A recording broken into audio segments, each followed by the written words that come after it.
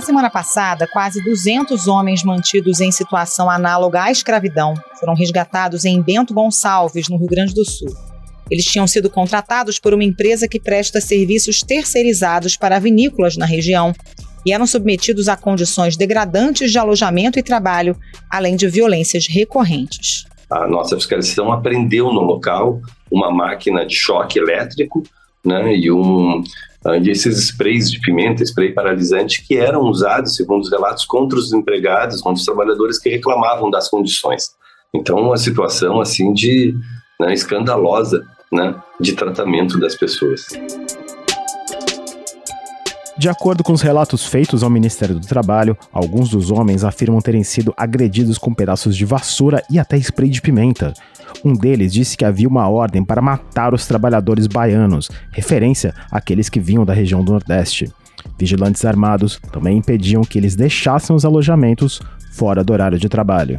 Nós vamos tomar todas as ações para dar a devida responsabilização a quem tenha cometido e garantir, a partir de fiscalização e de orientação também a produtores de diversos setores, que situações como essa não se repitam, né? Porque a simples ocorrência de uma terceirização aqui não significa que a responsabilidade não está com quem está contratando. Depois da denúncia, o governo do Rio Grande do Sul anunciou uma força-tarefa contra o trabalho escravo e autoridades federais estudam outras ações. Ao mesmo tempo, entidades empresariais da região tentam evitar a culpa e chegaram a apontar o Bolsa Família como uma das causas da falta de mão de obra. Um vereador de Caxias do Sul, ao comentar o caso, não escondeu a xenofobia. Agora, com os baianos, que a única cultura que eles têm é viver na praia tocando tambor, era normal que se fosse ter esse tipo de problema. Que isso sirva de lição. Deixem de lado aquele povo que é acostumado com carnaval e festa, para vocês não se incomodar novamente. A denúncia de trabalho escravo no Rio Grande do Sul e as respostas das autoridades são o tema do Ao Ponto de hoje. Nesse episódio, eu, Felipe Barini e Carolina Moran conversamos com a repórter Ana Flávia Pilar, da Editoria de Economia. O Ao Ponto de 2 de março de 2023 começa agora. Vem com a gente!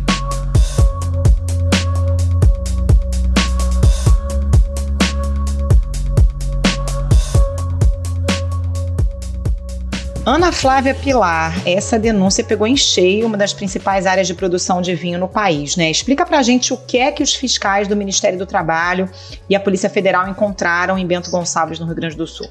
Então, na semana passada, na quarta-feira, dia 22 de fevereiro, a Polícia Federal deflagrou uma operação em Bento Gonçalves, ao lado da Polícia Rodoviária Federal e do Ministério do Trabalho, né?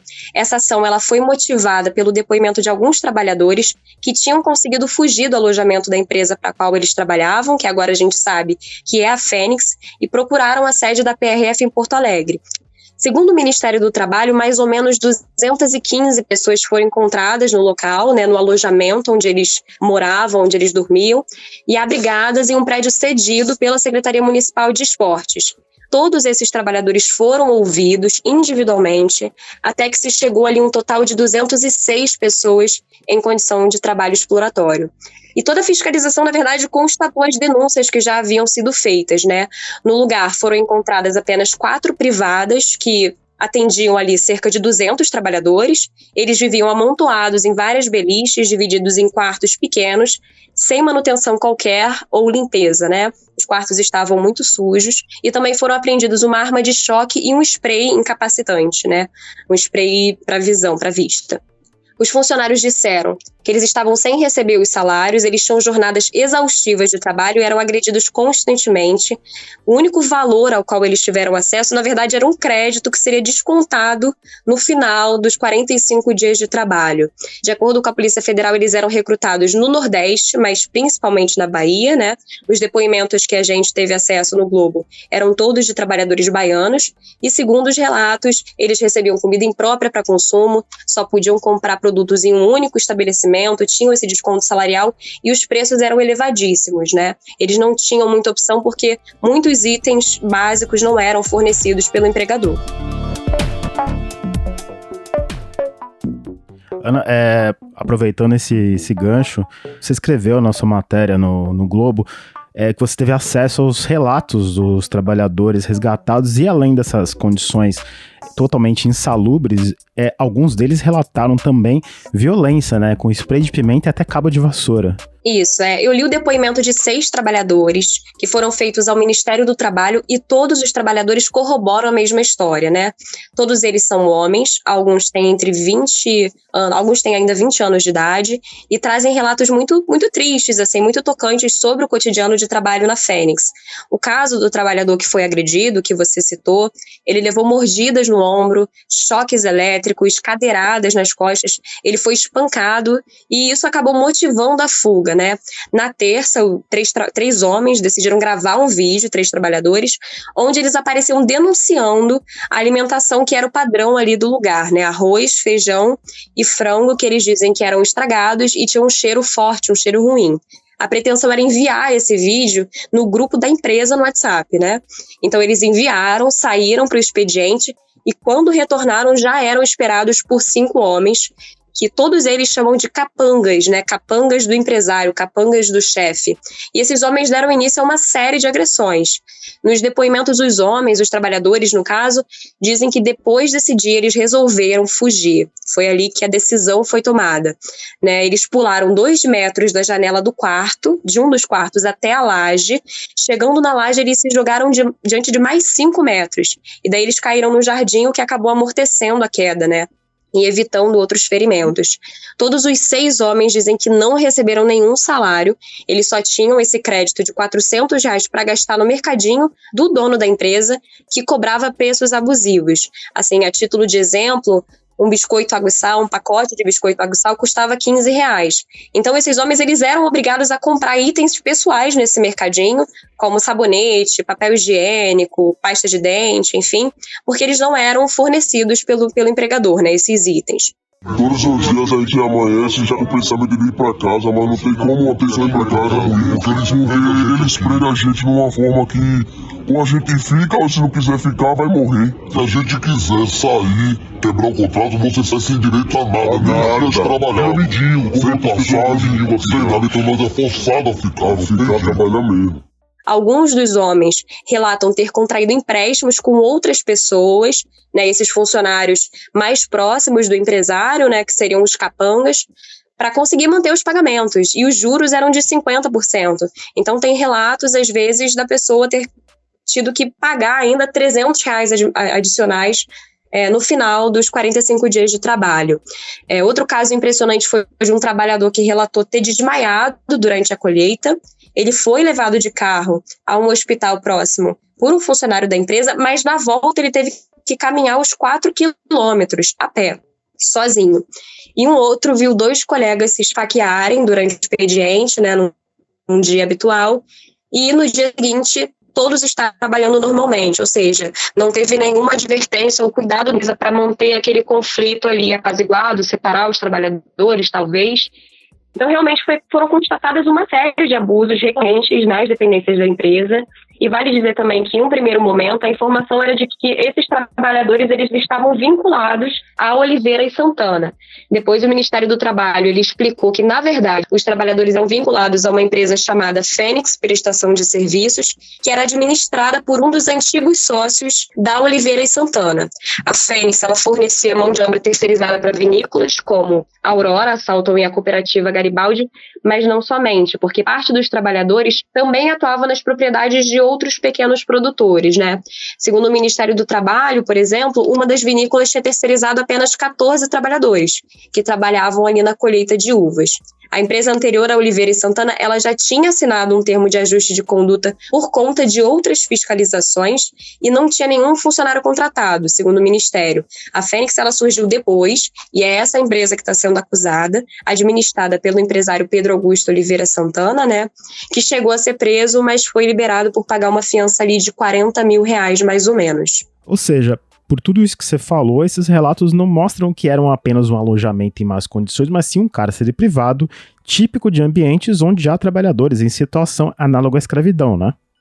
Ficou constatado que havia um abuso sistemático no ambiente de trabalho. Um dos trabalhadores acusa, inclusive, que houve uma situação em que o empresário autorizou que matassem os trabalhadores baianos. Em outra ocasião, um desses ditos capangas chegou a dizer que as pessoas que trabalhavam ali, né, esses capangas, esses funcionários, já haviam matado outros trabalhadores. E, embora não existam novas informações sobre isso, os relatos provam que as pessoas, na verdade, tinham muito medo dos seus superiores. Elas eram ameaçadas, coagidas, e os trabalhadores sequer tinham equipamentos adequados de proteção. Eles contam ter recebido apenas um par de luvas e um par de botas, mas as luvas eram de pano, elas rasgaram em 2 dias, não foram trocadas, e as botas rasgaram em 7 dias, 5 dias, e também não foram substituídas. No contrato dizia que eles receberiam um óculos de sol e também protetor solar para o expediente, o que não aconteceu. Um apontamento importante é que os capangas, né, e eu uso muito essa palavra porque ela aparece demais nos depoimentos, andavam armados. Quanto ao salário, todos eles chegaram a Bento Gonçalves, ao Rio Grande do Sul, esperando ganhar cerca de R$3.000 por 45 dias de trabalho e 15 horas de jornada diária, né? Além desse acordo, também ficou estabelecido que eles teriam os R$400 de crédito, que seria descontado ao final desses 45 dias, caso o trabalhador tivesse usado alguma quantia no mercadinho local. Ana, e quem é que está preso? Porque o empresário, você disse, né, foi preso e solto depois de pagar a fiança, vai responder em liberdade.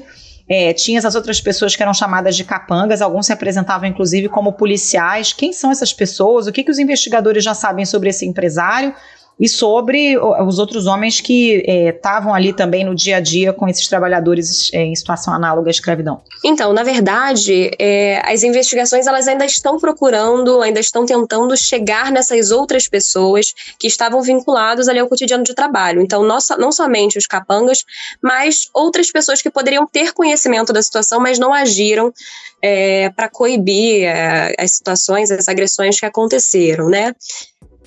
O único preso até o momento foi justamente o empresário que administra a empresa, conhecido pelos trabalhadores como Pedro Baiano, mas ele foi solto logo em seguida, se eu não me engano, 1 ou 2 dias depois de pagar uma fiança de R$40.000. Ana, esse foi um caso isolado na região de viticultura de Bento Gonçalves, ou, falando em termos de Rio Grande do Sul, tem outros relatos similares também em outros setores da economia? Em 2022, por exemplo, foram mais ou menos 2.500 trabalhadores resgatados em condições análogas à escravidão, em um total de 462 fiscalizações realizadas no país inteiro. O representante regional do Ministério do Trabalho, o Vânio Corte, ele chegou a comentar em entrevista ao Globo que, embora o Ministério do Trabalho tenha sido extinto no governo anterior, né, na gestão do ex-presidente Jair Bolsonaro, essas ações continuaram a crescer porque, segundo a avaliação dele, o trabalho se precarizou muito nesse período. Então, o Ministério do Trabalho, ele continua atuando, não houve uma interrupção nos trabalhos e agora, com esse caso mais alarmante, né, que ganhou essa repercussão tão grande, a intenção é continuar as atividades e ampliando até mesmo os grupos de trabalho.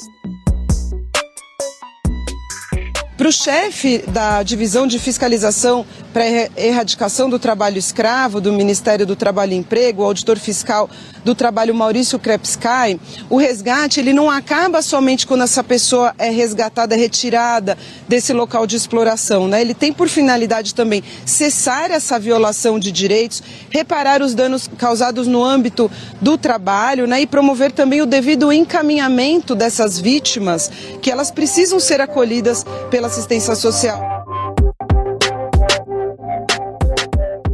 Já teve alguma proposta de acordo por parte do Ministério Público do Trabalho, Ana? O Ministério Público do Trabalho no Rio Grande do Sul realizou uma audiência nessa última terça-feira, com os advogados do empresário Pedro Augusto Oliveira Santana, que é o administrador da empresa acusada, né, a Fênix. Para ele foi proposto o pagamento de 600 mil em danos morais individuais aos funcionários, além de 1 milhão em verbas rescisórias, né. O Ministério Público também cobrou a apresentação dos comprovantes de pagamento de todos os valores devidos e apresentou uma proposta de termo de ajuste de conduta, né, um TAC, que deve ser assinado no final da semana, né. O Ministério Público ainda exigiu o pagamento de uma multa multa da empresa por violação de uma PAC anterior, que tinha sido assinada em 2017. Nesta quarta-feira, às 14 horas, o Ministério Público vai ouvir as grandes vinícolas, as 3 grandes vinícolas tomadoras do serviço. A instituição deve relatar o caso, apresentar o que já foi descoberto e solicitar outras informações, O Ministério Público também vai discutir qual a responsabilidade dessas empresas que haviam terceirizado o trabalho quanto aos trabalhadores. Falando nos trabalhadores em si, eles estão recebendo algum tipo de assistência das autoridades locais? Então, o governo do Rio Grande do Sul informou estar acompanhando o caso a partir de diversas frentes, diversas secretarias, com a criação de um grupo de trabalho para ações de erradicação do trabalho escravo. O governador Eduardo Leite também anunciou uma força-tarefa de fiscalização que, na verdade, vai atuar junto a uma comissão estadual, a Comissão Estadual de Erradicação do Trabalho Escravo, mas não foi informado nenhum prazo, nenhuma meta a ser cumprida a curto prazo. Nós estamos acionando para que, com as secretarias do Estado, possam dar o apoio devido e organizarmos as atuações de forma emergencial e urgente diante desta situação sazonal em que milhares de trabalhadores, seja na colheita da maçã, na colheita da uva especialmente, eu diria que essas duas especialmente demandam um esforço de milhares, centenas até de milhares de pessoas que se deslocam de vários locais do Estado e de outros estados para a colheita, especialmente na Serra Gaúcha, na região dos Campos de Cima da Serra, para que nós possamos fazer um trabalho que identifique eventuais situações semelhantes. Além disso, o governador também informou que pretende convidar deputados, representantes do governo e de órgãos específicos da Bahia para acompanhar as ações que estão sendo tomadas no Rio Grande do Sul.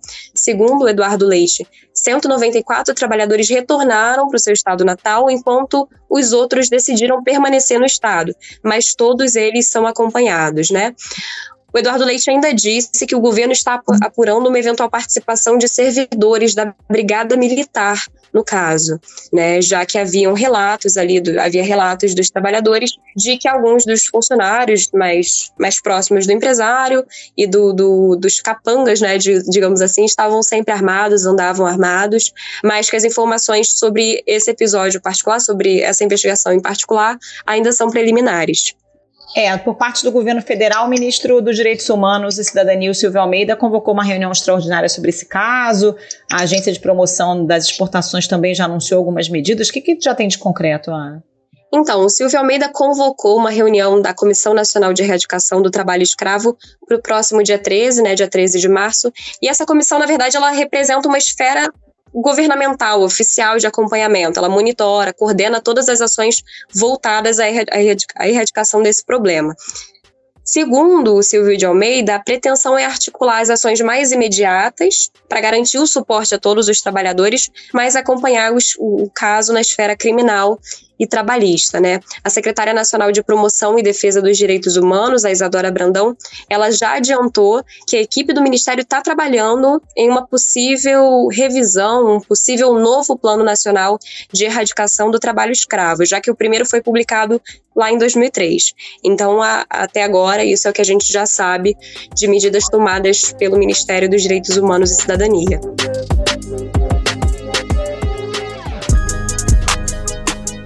Ana, logo depois que esse caso estourou, a reação, especialmente em redes sociais, foi intensa. Tem gente defendendo o boicote às empresas vinícolas envolvidas, embora elas digam que não tem relação direta com o caso. Foram muitas notas negando qualquer participação, que não havia nada errado dentro das suas propriedades. Também chamou atenção um texto de uma entidade industrial de Bento Gonçalves associando a denúncia à falta de trabalhadores locais e ao Bolsa Família. Essas reações vindas do setor envolvido diretamente na denúncia chamaram bastante atenção, mas de uma forma negativa, Isso mesmo. É o Centro da Indústria, Comércio e Serviços de Bento Gonçalves, que a gente chama popularmente de SIC, é uma entidade conhecida na cidade, uma entidade empresarial, que liberou uma nota na terça-feira condenando o caso dos mais de 200 trabalhadores submetidos a condições de trabalho exploratório, mas também relativizando um pouco, ou culpando o que eles chamaram de assistencialismo pela falta de mão de obra no Estado, Como se a existência de programas de assistência social governo deixassem as pessoas em idade produtiva desmotivadas a trabalhar. Citando aqui, abrindo uma aspas para a nota, né? Eles disseram que há uma larga parcela da população com plenas condições produtivas e que mesmo assim encontra-se inativa, sobrevivendo através de um sistema assistencialista que nada tem de salutar para a sociedade.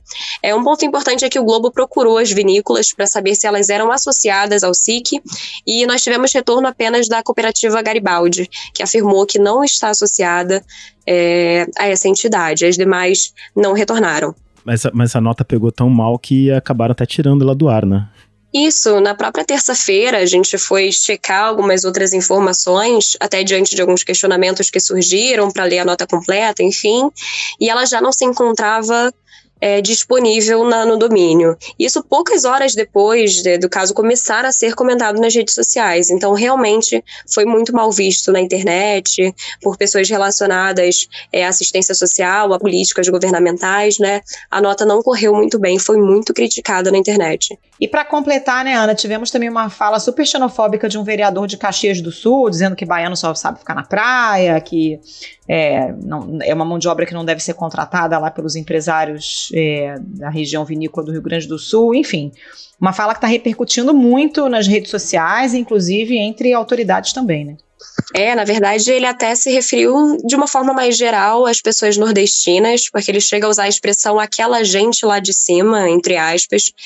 E o vereador Sandro Fantinel, do Partido Patriota, ele é um empresário ligado ao agronegócio, que foi apoiador do ex-presidente Jair Bolsonaro, e deu uma declaração muito polêmica que repercutiu muito mal nas redes sociais, relativizando o caso dos trabalhadores encontrados em Bento Gonçalves. Gente, eu só vou dar um conselho. Agricultores, produtores, empresas agrícolas que estão nesse momento me acompanhando, eu vou dar um conselho para vocês. Não contratem mais aquela gente lá de cima. Conversem comigo, vamos criar uma linha e vamos contratar os argentinos. Porque todos os agricultores que têm argentinos trabalhando hoje só batem palma. São limpos, trabalhadores, corretos, cumprem o horário, mantêm a casa limpa e no dia de ir embora ainda agradecem o patrão pelo serviço prestado e pelo dinheiro que receberam. Em nenhum lugar do estado, na agricultura, teve um problema com um argentino ou com um grupo de argentino. Agora com os baianos, que a única cultura que eles têm é viver na praia tocando tambor, era normal que se fosse ter esse tipo de problema. Ele disse também que a Constituição brasileira ela tem mais emendas do que o necessário, nasceu morta, ela não presta. E também foi acusado de xenofobia, até porque ele disse que pretende contratar mais argentinos como uma possível alternativa à mão de obra local, sobretudo a mão de obra nordestina, né? Segundo ele, são trabalhadores limpos, corretos, que cumprem o horário, mantêm a casa limpa. Isso, no caso, em referência aos trabalhadores argentinos, né? Mas ele diz que os baianos viveriam na praia, tocariam tambor, e que esse tipo de problema, em referência ao que foi investigado, no caso de Bento Gonçalves, era algo normal no sentido de esperado, né? Era algo que já se podia esperar, haver denúncias de trabalhadores baianos, de trabalhadores nordestinos. É um absurdo a gente ouvir isso em pleno 2023. Ana Flávia Pilar, muito obrigado pela sua participação e um ótimo trabalho. Obrigada, Ana Flávia, um abraço. Muito obrigada, gente, bom trabalho.